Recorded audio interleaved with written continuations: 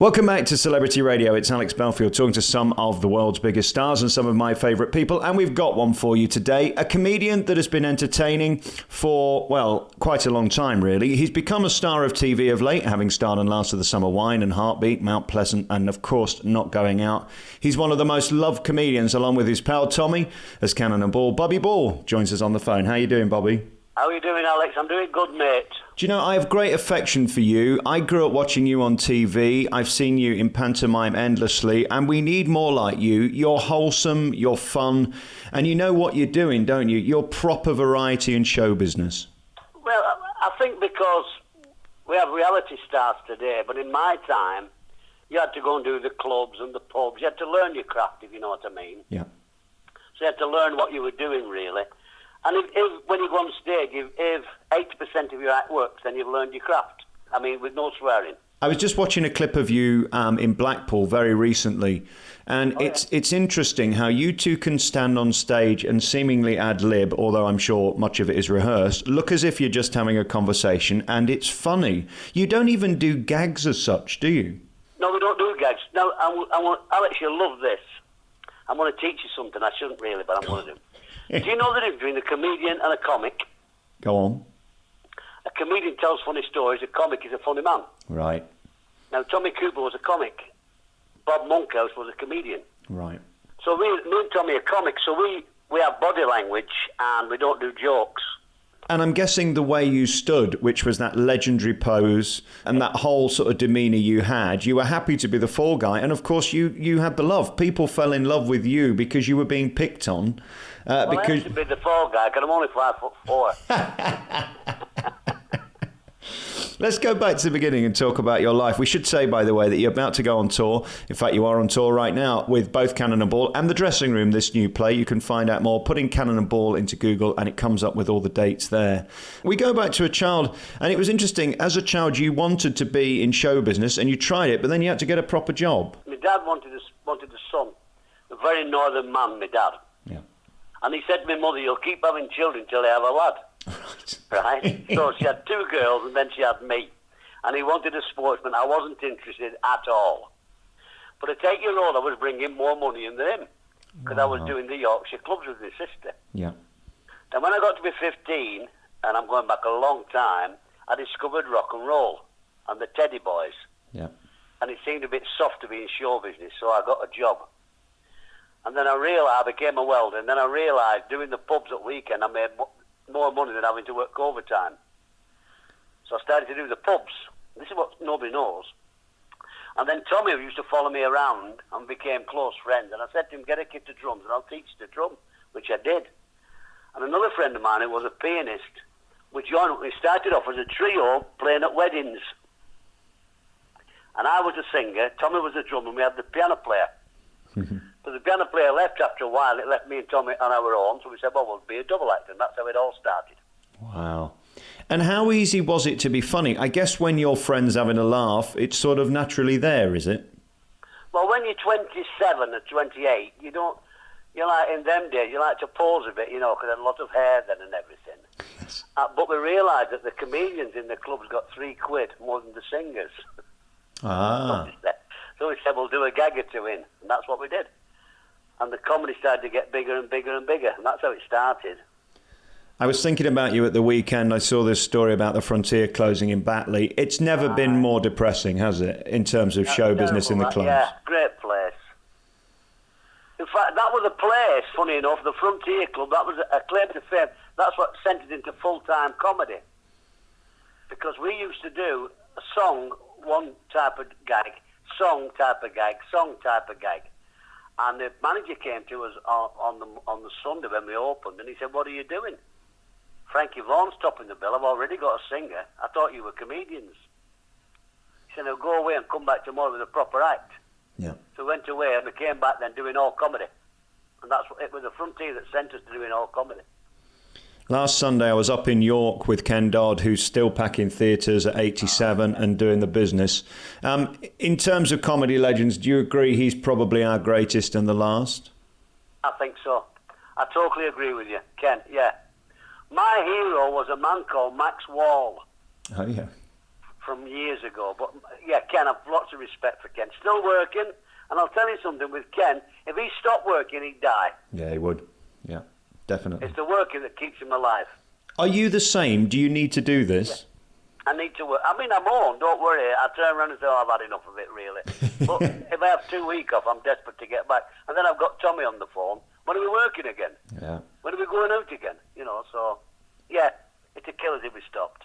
I admire you and respect you greatly, but I do wonder what life it is going in the van from one gig to the next. Is that tough? I mean, back in the day, let's say the 90s, late 80s, when you were working literally every single night, is that what drains you, the travelling? Yeah, it is the travelling. I was away from home one year for 48 weeks out of the year.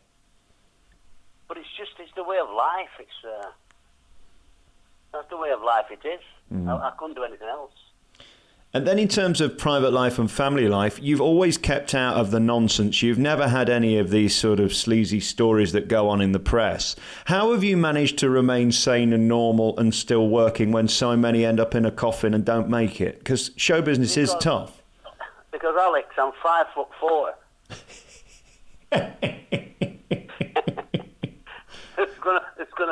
There's only wife fancies me.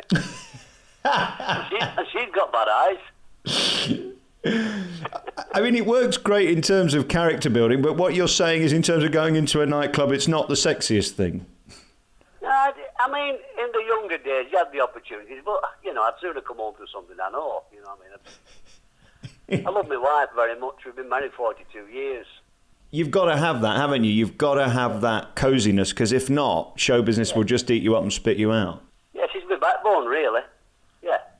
And then we look at your success. I mean, there are so few who had your TV success. I think you were around at the right time, but I mean, it was a huge success. We look at your ratings. I mean, they dream of it on X Factor or on Britain's Got Talent today to have what you had back in the 80s. How was it at that time? Was it totally hedonistic? Did you ever lose sort of reality, or was it just a day in the office?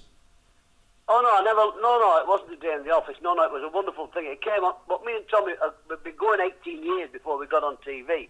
Yeah. I mean, we went on Opportunity Knocks and came last. So we learned the craft. So it was just a whirlwind, really. It's only now that when we look back we realise how big it was, me and Tommy, because it was just a whirlwind of tours and television and this and that, you know. So we didn't realise at the time how big it was, but we do now. But I know why it was big, because it was family entertainment. Oh, I see. So the full family could sit round and watch TV and not be embarrassed in any way. If I had my grandchildren, I couldn't watch them with my grandchildren, some of the programmes. I'm not mourning, because that's the way the world's gone, but, you know, in our day it was total family entertainment. I guess you've got to move with the times, but one thing that still stayed constant in your career is pantomime, and that's just got bigger and bigger. It's ironic, isn't it, that people say variety's dead, yet pantomime and kudos are selling more tickets than they've ever done and paying stars more. And pantomime is total variety. It is, yeah. Total variety.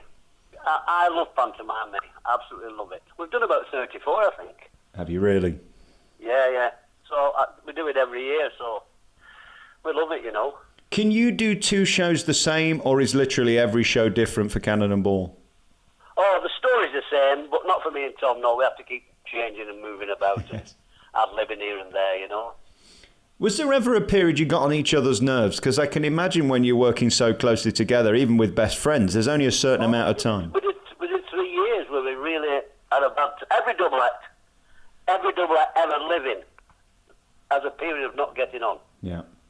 Because it's like a marriage. You're with your partner more than what you're with your wife. Yeah. And there were 3 years that me and Tommy didn't particularly get on, but we stuck through it. And then we came through all that, and he's my best pal in the world now. I mean, I'll bury him or he'll bury me, one or two. My perception of you is that you're a huge star who's made it. Do you see yourself like that, or are you still just a gigging comedian? I look at myself as a lucky welder. Right. I do, Alex. I really, really do. And so does Tommy. We're very lucky people. I don't look at myself as a big star. When I meet people, I'm in awe of them. When I meet stars, I look at them like with my mouth open, you know. And of course, of late, you've been doing TV, which opens you up to a whole new medium and a whole new set of stars. And you've made it your own. I mean, I got really into Mount Pleasant for a time, and I thought you were wonderful in that. Again, these things come along unexpectedly, and you wouldn't necessarily think you'd fit into that, but you did beautifully. Yeah, we've just finished another series of it. But yeah, I love Mount Pleasant. It was a real happy crowd, and it was brilliant, you know. So everything I've done, really, in the acting terms, has been really good. But I tell them when I go in and say, I'm not an actor, they say, oh, you are? I say, I'm not. Because they're a breed of their own, you know. They're very good. Some of them are brilliant, absolutely. What's the difference between a comedian and an actor? I've interviewed hundreds of people. It seems to me actors take themselves far more seriously than comedians, but then again, that's a given, isn't it? Yeah, because they think about the character. Yeah. What they have to play, and some of them stay in if Paula Wilcox, we just did a thing where she lost her husband on Mount Pleasant. Yeah. So she had to stay very morose all day to stay in that character. Mm. You get what I mean? So that's the difference. They really get into that character. Whereas I just go on and do it, but they really get into that character, you know. I admire them, mate. Some of them I admire totally. And of course, the biggest TV success is Not Going Out, which is just phenomenal, isn't it? Who would have known that show... Yeah. I've just done one with him, with Lee, Not Going Out. I enjoy it. In terms of the pecking order of comedy, he's up there, isn't he? He's a funny, funny man, and he's got that sort of old-style comedy, and as you say, he's got funny in him. He's got funny bones. He's a funny, funny man. But he's northern. Yeah, and let's talk about that. I mean, Lancashire and Oldham is really your home and where your heart lies. I guess for you, that is important. I mean, you go up to Liverpool or you're going to Manchester, there is just funny bones up there. I mean, you can go in a pub and find people funnier than half the guys on TV. Oh, without a doubt. And they've all got a line to say, you know. They've all got something to say. I mean, loads of my mates, I think, why don't you go and stay? But they can't do it, but they're funny. Yeah. You know, really, really funny. We're out the other day. I said to this bloke, I said, hey, Jack, how are you doing? He said, where's Bobby? I stood right in front of you. They were looking over my head. What are the perils of being short? I mean, does it affect your life at all, or do you now walk in a room 7 foot tall? Oh, no, it doesn't affect my life. I've always been 7 foot tall. Yeah. You'll always see little people always 7 foot tall. You see, as a kid, that was what was funniest on stage. To see the little man being bigger than the big man is hysterical before you've even said anything. Listen, let me tell you something. I'm not a small man. In my family, I was the tallest. Ben, what about that? My dad was 4'11". But the biggest man ever walking. Lovely man. I've been very blessed, me, very blessed. Well, you say that, but I think you've been blessed and you're still here because you're worth it and because of your talent. You can't fake it for this long, can you? Oh, thanks, Alex. That's very nice of you. You know, I'm a bit embarrassed there, but yeah, I've been lucky. I love it. I mean, I've seen you so many times in cabaret and it never gets old. And then we look at your latest venture, which is The Dressing Room, this new play. I'm sorry I haven't seen it yet, but I am going to come and see it in the next few weeks. You're all over the UK with it. Just tell us about it. I'm very lucky with that because it's a marvellous thing. I wrote this idea and I wrote it all out, you know, and I said to my mates, which is a fella called Johnny Casson, who's very, very funny comedian, and a fella called Stu Francis, who used to be in Crackerjack. Yeah. Remember I Could Crush Your Great? Yes. And I said, listen, I'm doing this thing, will you have a go with it? He said, yes, no problems. So we're all of us going out just having a big laugh. We laugh on stage. I said, and listen, don't take it very serious. It's not you know, don't take it as the Holy Grail. It's not Brecht or Harold Pinter, is that what you're saying? No, it's not. It's just a big laugh, and the audience love it. And what we do, we're in the dressing room, and we all have little stories to tell within the dressing room. And then the compo, which is Stu Francis, introduces us, and the first one, Johnny will go on, and he'll do 25 minutes in front of the audience. And then he'll come off back into the dressing room, back into his character, and acting it out. So it's really different, and, you know, it's good. I think for people who aren't in the business, they don't understand the power of the dressing room and equally how depressing it can be if you're sat by yourself. It can be the best and worst place on earth, can't it? Oh, it can be the loneliest place on earth and it can be the happiest place on earth. Mm. Yeah, for sure. Me and Tommy sat there and we've heard the audience out, and particularly in clubs or something, and we can hear the glasses clinking and the noise, and you think, oh man, how are we going to get these quiet, you know? Yeah. Have there been nights where you've had to give up, or have you always won them in the end? We've always won. We've always got through it. Now, there's one, that's wrong to say that. We've always got through it. Yeah. We've never walked off. We've always got through it. I know some acts have walked off, but we've always got through it. I'll tell you a funny story. We went to a place called Greasbury in Yorkshire. Right. And it was the first working men's club with electric curtains.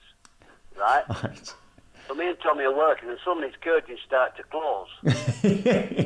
So we stepped in front, and they opened again, so we carried on. They started to close again. And we stepped in front, and they opened again. And all through like this, forward and backwards. I come after, I said, don't mind me telling you, I said, but I think your curtains are broke. He said, broke? I've been trying to get you off for half hour. You're absolute rubbish!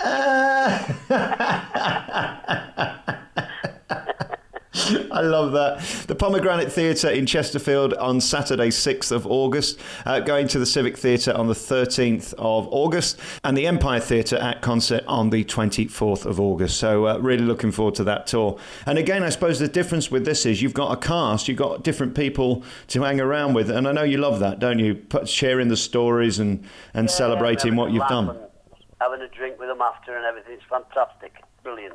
Is that thing true that you can get paid off in showbiz? Has that ever happened to you? Because there's old stories. You can get paid off.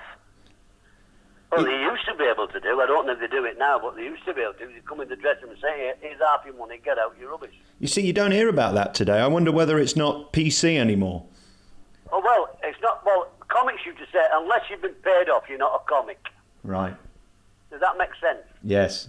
Yeah, you've got to die before you know how to fly. Is that what it is? Die before you know to get. We've died a few times, so you've got to know how to do it. You know, I think we've been paid off twice. Not bad in a 50-year career, is it? Not bad, mate. That at all. You're one of my favourite people and one of the country's biggest stars. Thank you so much for your time. Cannonball are on tour throughout the summer, and you can find out more by going to the website. Cannonball.com is the website. And Bobby, great to talk to you. Thanks, Alex.